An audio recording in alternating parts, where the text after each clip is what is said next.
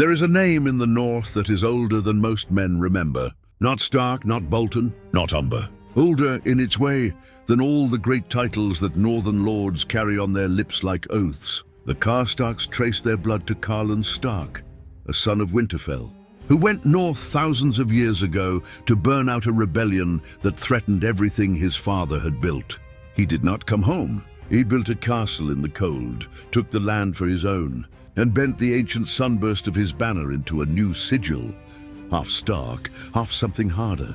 Something that had learned to survive in a place where even the Starks dared not dwell. For thousands of years, House Karstark endured. They sent their sons to wars. They kept their oaths. They stood in the cold darkness of the North's northeast corner, and they watched and they held. And then, in the span of a single generation, in the fires of the War of the Five Kings, they destroyed everything their ancestors had built. Not through weakness, not through cowardice, through grief. This is their story. This is the history of House Karstark, from the first stone of Karhold to the last drop of blood spilled in a prison cell.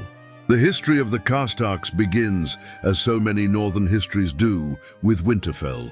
In the ancient days, long before Aegon Targaryen set foot on Dragonstone, long before the Night's Watch grew grey and thin, the kings of winter sat upon their seat in the heart of the north and ruled. And like all great lords, the Starks had sons who could not all inherit.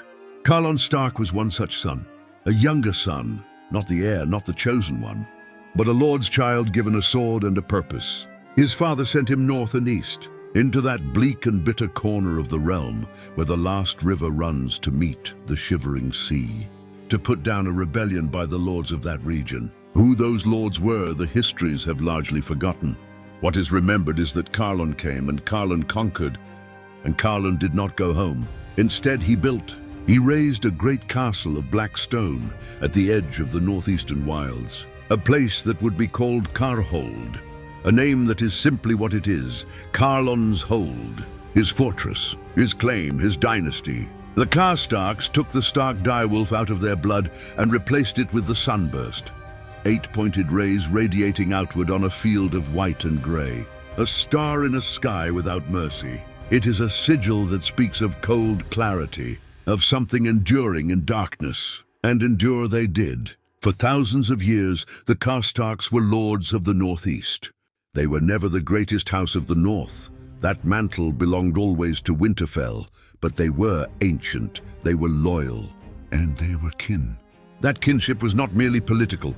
The blood tie between Stark and Karstark was real, thinner with each passing millennium, yes, but never forgotten. When a Stark lord needed men, Karhold sent them. When the king in the north commanded, Karhold obeyed. There was no house in the north whose loyalty was considered more settled, more foundational than the house that had sprung from Winterfell's own blood. It would make the betrayal all the more devastating. To understand the Karstarks, one must understand Karhold. And Karhold is not a comfortable place. It sits in the northeastern reaches of the north, not far from where the last river pours itself into the shivering sea. The land there is severe and ungenerous. The winters are longer and colder even than those that grip Winterfell. The growing seasons are brief. The sea provides some sustenance, fish mostly, but it is an unforgiving sea, cold and grey and prone to storms that rise without warning. The men and women who live in these lands are shaped by that harshness in ways that even other northerners sometimes find excessive. They are not given to poetry or court pageantry. They speak plainly and directly, as people do when wasted words can cost you your life in the cold. They hold blood ties with an almost sacred ferocity. Kin is kin, and kin protects kin, and kin avenges kin. This is not merely custom for the Karstarks. It is theology, and it is here that the seeds of their eventual ruin were planted long before the War of the Five Kings was ever dreamed of. Lord Rickard Karstark, not to be confused with Rickard Stark, father of Eddard, was the head of House Karstark in the generation that saw the War of the Five Kings. He was a lord of the old northern mold, physically imposing, deep in his convictions, slow to anger but catastrophic when moved to wrath. He had fought in Robert's rebellion. He had bled for the Stark cause. He was, by every measure available to the lords of Westeros, among the most reliable men in the north. He had sons. This is important. He had sons whom he loved. Harrion Karstark was his eldest, his heir, the continuation of the Karstark line. Torrhen and Eddard, named, it is said, for the Lord of Winterfell himself, were the younger sons. Alice was his daughter, sharp-minded and determined, as the best Karstark daughters always were. Rickard had given his sons to the cause of Robb Stark without hesitation. When the young wolf raised his banner and marched south to war, the men of Karhold marched with him. This was not duty performed reluctantly. This was loyalty freely given. The loyalty of a man who believed entirely in the rightness of what they were doing and in the Lord they were following. The North remembers. It is their saying, their promise, their creed. The Karstarks remembered everything. Before we can understand what Rickard Karstark did in the War of the Five Kings, we must understand what he had already given. When Aerys Targaryen, the Mad King, burned Rickard Stark alive in his armor and strangled young Brandon Stark before his eyes, the North erupted. Lord Eddard Stark raised his banners, and the lords of the North answered. The Karstarks were among the first to march. Robert's rebellion was not a swift or clean war. It was hard and bloody and uncertain for much of its duration. The North's participation, the Northern Lords thundering south to support their Warden's son, was essential to the rebellion's ultimate success. The Karstarks were part of that thundering. They sent their men. They put their name behind the cause. When Eddard Stark reclaimed his sister Lyanna as bones from the Tower of Joy and brought her home to Winterfell, when the war was over and the realm settled into an uneasy peace under Robert Baratheon, the Karstarks returned to their cold corner of the north as men who had earned their loyalty as reward. They had fought beside their liege lord. They had stood when it mattered. The debt between Stark and Karstark was now written not merely in ancient blood and genealogy, but in fresh blood freely shed. This matters. This matters enormously. Because when Robb Stark rode to war 2 decades later, the Karstarks who followed him did so not merely because their lord commanded it, but because they remembered what their fathers had done beside his father. The loyalty was generational. It was personal. It was not the sort of loyalty that could be easily broken, except that it was, because grief, real, tearing, annihilating grief, can break even the strongest chains. When Robb Stark marched south with his banners in the aftermath of Eddard Stark's execution, the Karstarks were prominent among the great lords who followed him. Lord Rickard Karstark himself rode to war, an aging lord who had done this before, who had seen what war costs, and who came anyway because the cause demanded it and because his sons were riding with him. Harrion Karstark, the heir to Karhold, rode with his father. Torrhen and Eddard Karstark, the younger sons, rode beside him. The early campaigns of the War of the Five Kings were glorious for the young wolf. Robb Stark moved with a speed and tactical brilliance that confounded his enemies. He shattered Lannister forces at the Whispering Wood, capturing Sir Jaime Lannister himself. He smashed their armies again at Oxcross. The North seemed invincible. The Karstarks were part of that invincibility, fighting, enduring, believing. Then the losses began. Harrion Karstark was taken prisoner by the Lannisters.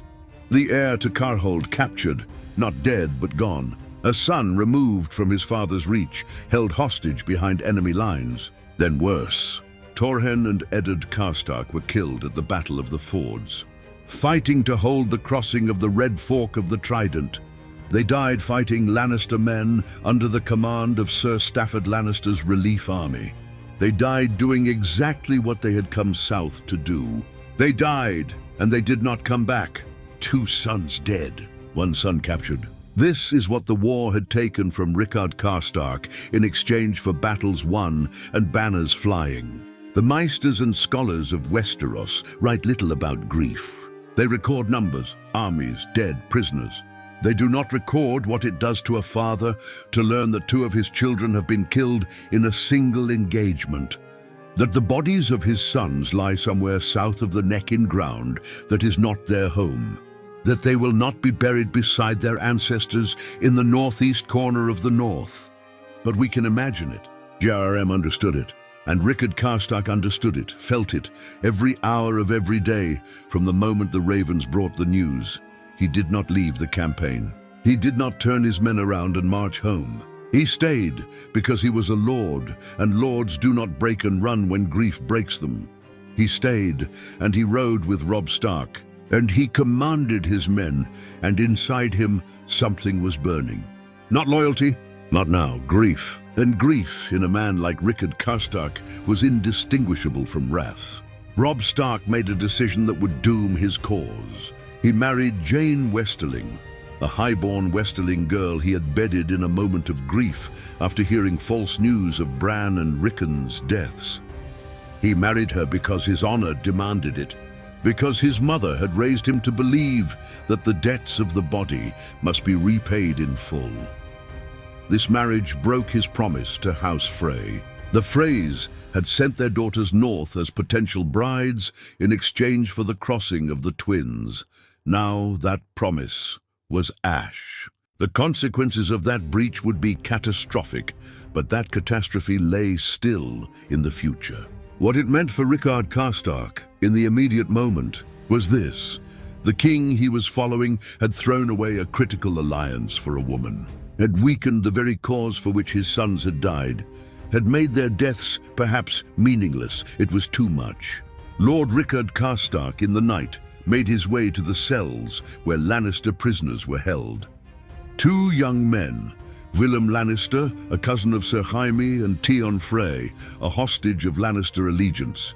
They were boys, essentially. Young men who had committed no specific crime against the Karstarks. But they were Lannisters, or close enough. Rickard Karstark killed them both. He murdered the king's hostages, men whose lives had been guaranteed by Robb Stark's honor, in cold blood. He spilled their lives on a dungeon floor and left their bodies for the guards to find. When they brought him before Robb Stark the next day, Lord Rickard did not beg for his life. He did not pretend remorse. He said what he believed, that he had killed Lannisters, and that killing Lannisters was what he had come south to do, and that if the king would not give him justice, he had taken it for himself. He called it vengeance. He meant it. Robb Stark's mother counseled mercy. His advisors counseled mercy. They pointed out the obvious, that the Karstarks represented a significant portion of his host, that without their men, his army would be dangerously weakened, that the prisoners Rickard killed had been his to bargain with. Robb Stark listened to all of it, and then he did what his father would have done.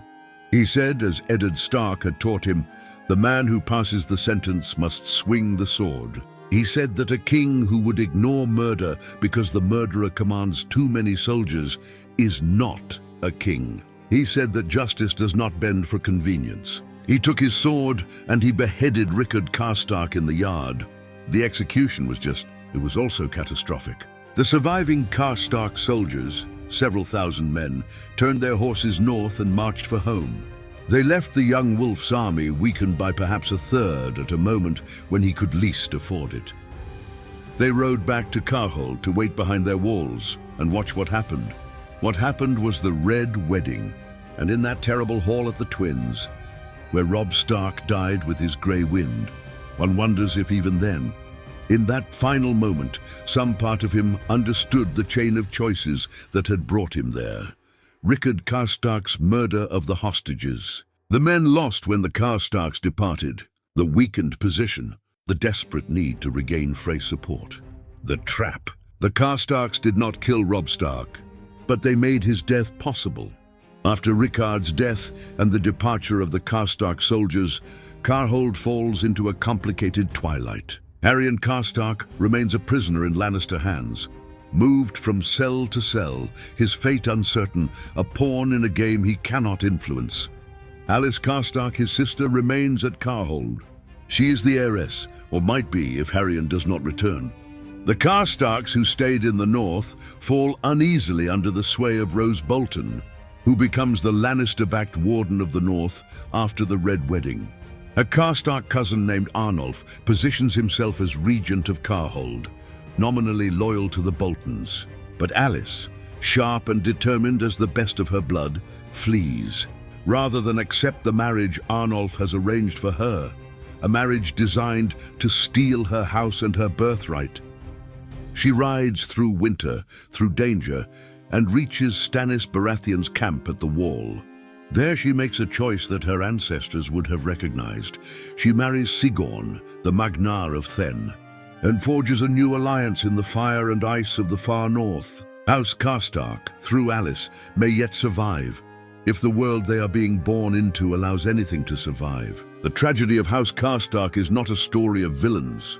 Rickard Karstark was not a wicked man. He was a loyal man, broken beyond his capacity to remain loyal. He was a father who watched two sons die for a cause that then seemed to stumble under the weight of a young king's choices. And something in him decided that if the king would not punish the enemy, he would. He was wrong, and his wrongness destroyed everything.